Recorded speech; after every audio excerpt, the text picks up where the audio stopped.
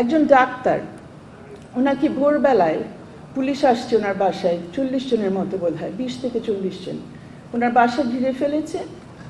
ওনাকে সেখান থেকে নিয়ে গেছে থানায়, বলে নাই যে ওনাকে গ্রেফতার করছে, বলেছে তাকে প্রশ্ন করার জন্য তারা নিয়ে যাচ্ছে। থানায় নেওয়ার পরে সেখান থেকে তো অফকোর্স তাকে আদালতে নিয়েছে, মামলার মধ্যে তাকে জড়িয়েছে। তারপর তাকে একটা না, দুটা না, তিনটা না, 12টি মামলায় শোন অ্যারেস্ট করিয়েছে। এবং প্রত্যেক মামলার জন্যে একজন বলছিলেন যে বারবার হাজিরা দিতে হয়, ওনার বারবার হাজিরা দিতে হয়েছে, বারবার হাজিরা দিয়েছেন, বারবার জামিনের আবেদন করেছেন, বারবার জামিনের আবেদন নাকচ হয়েছে নিম্ন আদালত থেকে। অবশেষে হাইকোর্টে এসে কিছু কিছু জামিন পেয়েছেন, আবার সেগুলো স্থগিত হয়েছে।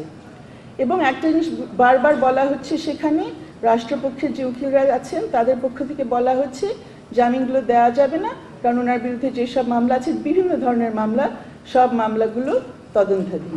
আপনারা আমাকে বলে এটা কোন সময়কার মামলা? কেয়ারটেকার আমলের 2007-08-এর মামলা হতে পারে। কেউ কি মনে করেন ওই সময়কার মামলার কথা বলছি? আওয়ামী লীগের আমলের মামলা, 2001-এর বিএনপির আমলের মামলা, ইন্টারিমের মামলা, এখনকার মামলা, কেউ একটু অনুমান করবেন কোন সময়কার? একজন আমাকে বলেন, সাজেস্ট করেন কোন সময় হতে পারে। ইন্টারিম, থ্যাংক ইউ স্যার, ইন্টারিমের মামলা। এবং একজন, উনি পেশায় ডাক্তার কিন্তু রাজনীতিবিদও, এবং ওনার বিরুদ্ধে এই মামলাটা হয়েছে, এখনো চলছে। এবং এখানে এমন কথাগুলো আমাদের কোর্টে এসে শুনতে হয়, রাষ্ট্রের পক্ষে বলা হয় চার্জশিট তো হয়ে যাবে, তদন্ত তো শেষ হয়ে যাবে, যখন তদন্ত শেষ হয় তখন তো প্রমাণ পাওয়া যাবে, এই জন্য ওনাকে ছেড়ে দেওয়া যাবে না। আপনারা বলেন এগুলো আপনাদের নামে করা হচ্ছে, আপনাদের বলতে আমরা বাংলাদেশের জনগণের নামে, কারণ রাষ্ট্রপক্ষের উকিল আমাদের উচ্চতর আদালতে দাঁড়িয়ে এই কথাগুলো বলছেন। এবং কিসের কথা ওনারা বলছেন সেখানে? তারা বলছেন যে জুলাইয়ের শহীদদের বিচারের জন্যে তারা এইভাবে বিচার চালাবেন, এইভাবে তারা তদন্ত প্রক্রিয়া এবং বিচার চালাবেন। তো এটা কি আমাদের মাথা উঁচু করে এই কথাগুলো আপনারা শুনতে পারবেন? আপনার মনে হয় না খুব একটা ডিস্টার্ব ফিল করছেন? তার মনে হয় আপনাদের ডিস্টার্ব ফিল করা উচিত, কারণ আপনার আমার নামে রাষ্ট্র এই ধরনের একটা প্রহসন চালাচ্ছে এখনো। আপনারা বলেছিলেন যে আপনারা না, যারা জুলাইয়ের আপনার নেতৃত্ব দিয়েছিলেন, আমার সামনে যারা বসা, আপনারা ওই আন্দোলন তো করলেন ওই সময়, যাতে আমরা একটা নতুন বাংলাদেশ পেতে পারি, যাতে এই ধরনের অবিচার না হয়। আজকে আমি আমার সামনে নাহিদ ইসলামকে দেখেছি, যখন ওনাকে আমি কোনোদিন দেখিনি এক্সেপ্ট টেলিভিশনের পর্দায় বা ফেসবুকে, সেই জুলাইয়ের সেই শেষ সপ্তাহে, তখন ওনার পক্ষে আমরা অনেকে মিলিয়ে হাইকোর্টে শরণাপন্ন হয়েছিলাম যে ওনাদেরকে যাতে সেই ডিবি অফিস থেকে বের করে নিয়ে আসা হয়।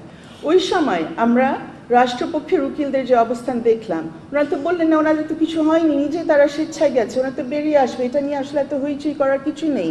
ওই সময় ওনাদের যখন কোর্টের আমরা শরণাপন্ন হচ্ছি, তখন ওই আদালতের সামনে, তখনই ডিবির লোকজন, এসপির লোকজন ওই কোর্টের সামনে বসে থাকতো, যাতে কোর্ট তার চেম্বার থেকে কোর্ট রুম পর্যন্ত হেঁটে না আসতে পারতো এই মামলাটা শোনার জন্য।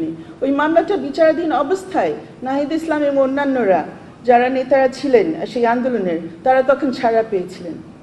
কিন্তু এখন যে অবস্থা, একজন বিচারপতির বা বিচারকের 10 বার চিন্তা করতে হয় যে উনি আসলে জামিন কাউকে দিবেন কিনা, যে ব্যক্তির বিরুদ্ধে কোনো ধরনের সাক্ষ্য প্রমাণ আজ অবধি দেখানো যায়নি।